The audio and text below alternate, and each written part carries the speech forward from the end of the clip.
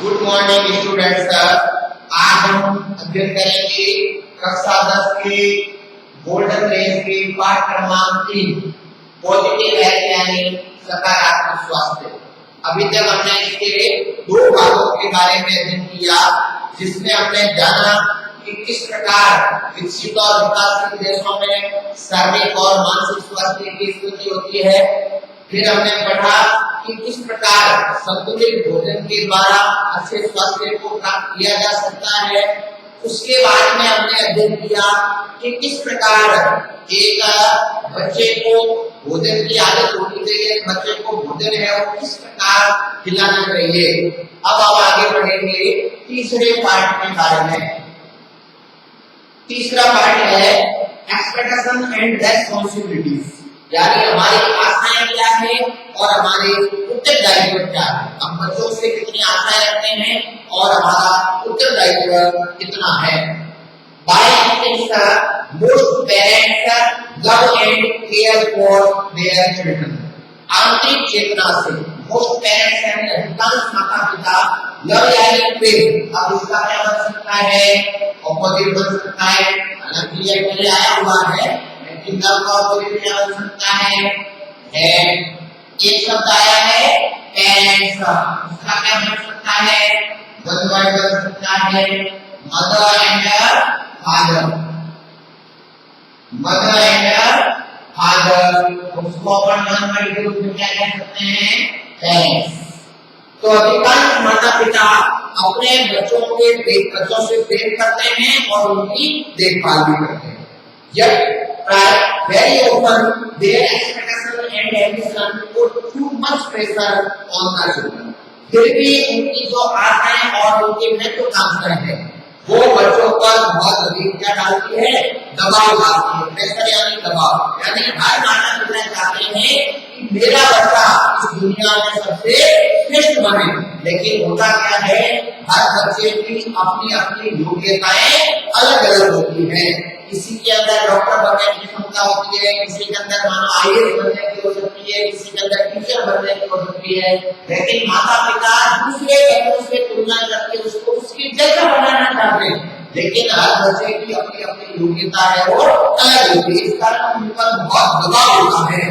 Then children cannot reach the level of their parents' ambition. जब बच्चे अपने माता पिता के महत्वाकांक्षा के स्तर तक नहीं पहुंच सकते, यानी माता पिता चाहते हैं उस लेवल तक, अगर उस स्तर पर बच्चे नहीं पहुंचते, they can suffer from remedial frustration and stress. तो क्या हो जाते हैं, remedial यानी भयंकर, फ्रस्ट्रेशन यानी चिंता और स्ट्रेस यानी दबाव। तो उन बालकों पर बहुत अधिक दबाव होता है, वो उनग्रस्त हो जाते हैं, क्योंकि उनको भी लगता है मेरे पिताजी ने इतना सारा दबाव में खर्चा कर दिया, अब मैं उसको जो पिताजी चाहते थे वो मैं नहीं कर पाया, तो उसके मन में बहुत सारे नकारात्मक विचार आने लगते हैं। और उसका निर्णय क्या होता है, वो किस नतीजे पर पहुंच जाते हैं, ड्रग या नशीले पदार्थ करने लगते हैं। And other related behavior और उससे संबंधित व्यवहार करने लगते हैं, as a way of avoiding the realities of the situation, और वो स्थिति की वास्तविकता से बच जाते हैं, यानी बचना शुरू करते हैं। वो स्थिति को वास्तविक स्थिति है उससे बचना शुरू करते हैं और फिर गलत संगति में या गलत आदतों में चले जाते हैं। From the beginning, शुरुआत से ही children should be allowed to develop in their own natural ability.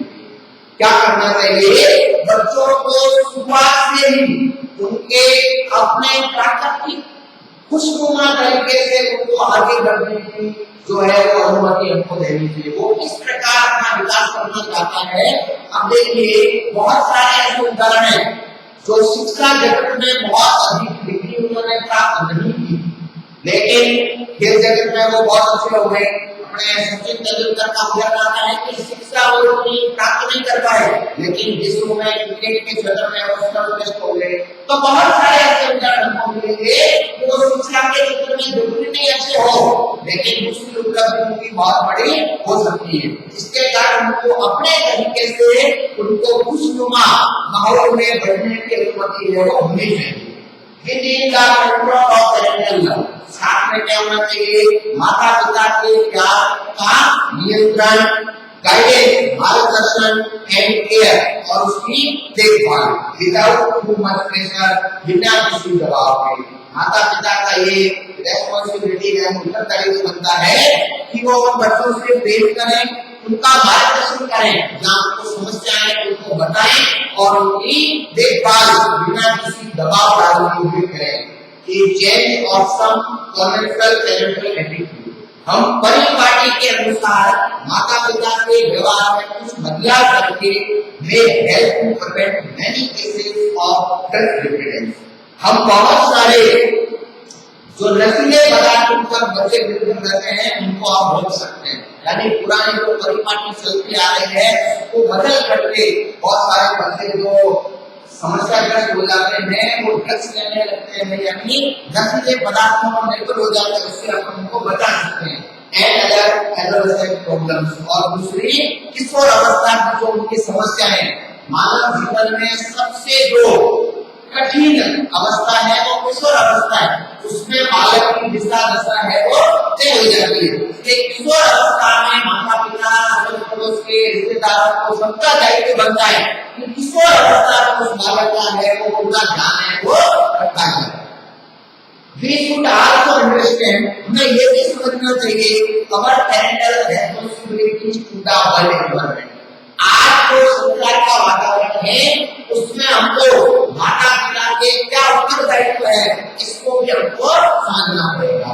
Remember, याद रखिए that the living space of this world is limited। इस संसार में रहने का जो स्थान है वो बहुत लिमिटेड यानी सीमित है, बहुत कम है। हम देखते हैं कि वर्तमान समय में जनसंख्या बहुत बढ़ती जा रही है, लेकिन जो प्राकृतिक संसाधन है वो दिन प्रतिदिन क्या होते जा रहे हैं, कम होते जा रहे हैं। जमीन को अपन बढ़ा नहीं सकते, पानी बढ़ा नहीं सकते, दिन प्रतिदिन इसमें कमी आ रही है। तो ये पूरा जो संसार में रहने का स्थान है वो सीमित है। And we must have enough space for our future generation to live happily। और हमको आने वाली पीढ़ी हमारे खुशी से रह सके इसके लिए उनके लिए भी हमको अपना स्थान है वो छोड़ना चाहिए। To attain that end, इस उद्देश्य को प्राप्त करने के लिए कौन सा उद्देश्य कि आने वाली पीढ़ी भी हमारी खुशी से रह सके, इसके लिए हमको क्या करना, we must practice family planning। हमको अधिकारी रूप से परिवार नियोजन का अभ्यास करना चाहिए, यानी परिवार हमारा कैसा होना चाहिए, छोटा होना चाहिए। सरकार भी बहुत सारे प्रयास करती है, परिवार नियोजन है यानी संबंधी के कार्यक्रम चलाती है, लोगों को कम जनसंख्या के लिए जागरूक करती है। एंड लिमिट का बर्थ और जन्म दर को भी सीमित करना चाहिए। बाय हैविंग ओनली वन और टू चिल्ड्रन पर कपल, एक जोड़े के एक या दो बच्चे, इतना ही जनसंख्या है वो व्यापक है। यानी हम तो हमारे जो इस सिद्धांत पर अगर हम चलते हैं तो आने वाली जो पीढ़ी है उसके लिए हम उसी का मार्ग प्रशस्त कर सकते हैं। बिटवीन ईच पर्सन, दो बच्चों प्रत्येक बालक के बीच में there should be a gap of 3 और 4 इयर्स। एक बच्चे और दूसरे बच्चे के बीच में 3 से 4 वर्षों का अंतर होना चाहिए, so that each child is not deprived of the right to sufficient parental love and care। ताकि प्रत्येक बच्चा माता पिता के प्रेम और देखभाल के अधिकार से वंचित नहीं रहे। अब मानो बालक 3-4 वर्ष का होता है तब पूरा अपने आप करने लगता है, इससे छोटा होता है तो वो समझता नहीं है। लेकिन हम सब जानते हैं छोटे बालक के प्रति हर व्यक्ति का थोड़ा ज्यादा प्रेम रहता है, तो बड़े वाला बालक है उससे पूरा प्रेम से वंचित रह सकता है। इसलिए प्रत्येक नया बच्चा जन्म लेता है उसके बीच में 3 से 4 वर्ष का अंतर होना चाहिए। Family planning really means family welfare. परिवार नियोजन का वास्तविक अर्थ है परिवार का कल्याण। It helps to keep women healthy, और ये इसमें मदद करता है महिलाओं को स्वस्थ रखने में मददगार हो सकता है। And to contribute to a healthy home environment, और हमारे घर का वातावरण भी खुश रखने में ये बहुत अधिक योगदान देता है। A happy healthy mother is a key to the welfare of the whole family। Good family का होता है पूरे परिवार के कल्याण की चाबी है। यानी चाबी कौन है? एक खुश और स्वस्थ माता जी। यानी अपन सब जानते हैं कि हमारे घर में जो सबसे ज्यादा काम है वो हमारी माता जी को करना पड़ता है। अगर हमारी माता जी एकदम स्वस्थ है, खुश है, तो पूरे परिवार के लिए भी वो एकदम खुशनुमा माहौल बना देती है। The mind is most important in the maintenance of positive health. सकारात्मक स्वास्थ्य को कायम रखने के लिए दिमाग है वो सबसे महत्वपूर्ण भूमिका निभाता है। हम शरीर से या शारीरिक रूप से कितने ही स्वस्थ हो, लेकिन अगर हमारा मेंटल यानी मानसिक स्वास्थ्य अच्छा नहीं है तो अपन किसी काम को सही तरीके से नहीं कर सकते। अब मानो आप कक्षा में आए, आपका दिमाग कहीं और है, तो आप कक्षा में भले अध्यापक कितने अच्छा पढ़ा रहा है, लेकिन आपका ध्यान है उस पर नहीं जाएगा। इसलिए अच्छा स्वास्थ्य बनाए रखने के लिए अच्छा माइंड भी जरूरी है। To develop a healthy mind, आप इस स्वस्थ माइंड को विकसित करने के लिए it is important to learn to relax properly. तनाव मुक्त जीवन को आपको सीखना है। हमारे जीवन में टेंशन बिल्कुल नहीं लेनी चाहिए। And to develop ways to deal with day to day stress.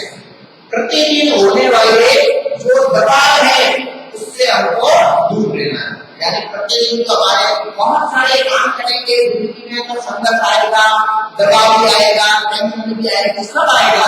लेकिन अगर टेंशन करने से कोई समस्या हल हो जाती तो हर व्यक्ति टेंशन करके समस्या से मुक्त हो जाएगा। लेकिन हमारा जीवन है वो संघर्षशील है, इसलिए हम तनाव से मुक्त रह करके हंसते हुए चुनौतियों का सामना करते हुए चले तो हमारा जो माइंड है यानी हमारी मेंटल जो स्थिति है वो मानसिक रूप से हम स्वस्थ रह सकते हैं। मैंने डिजीज सच है हाई ब्लड प्रेशर, बहुत सारी बीमारियां जैसे उच्च रक्तचाप जिसको अपन बीपी भी कहते हैं, कैंसर, हार्ट प्रॉब्लम्स और कुछ ब्रेन की समस्याएं आज बहुत भी रिलेटेड टू स्ट्रेस, ये सभी दबाव से संबंधित सोची जा सकती है। यानी दबाव से संबंधित होती है। बीपी की समस्या है या हार्ट की प्रॉब्लम है, ये सभी तनाव जीवन हमारा उसमें टेंशन हम करते हैं तो उस पर दबाव पड़ता है। हमारे हार्ट की प्रॉब्लम होती है, दबाव पड़ता है, इसके कारण हमारा ये समस्या हो सकती है। So by using relaxation techniques, इसलिए आप तनाव तकनीकों का उपयोग करते हुए you may avoid many health problems. आप कभी हमारे शरीर की समस्याओं से बच सकते हैं।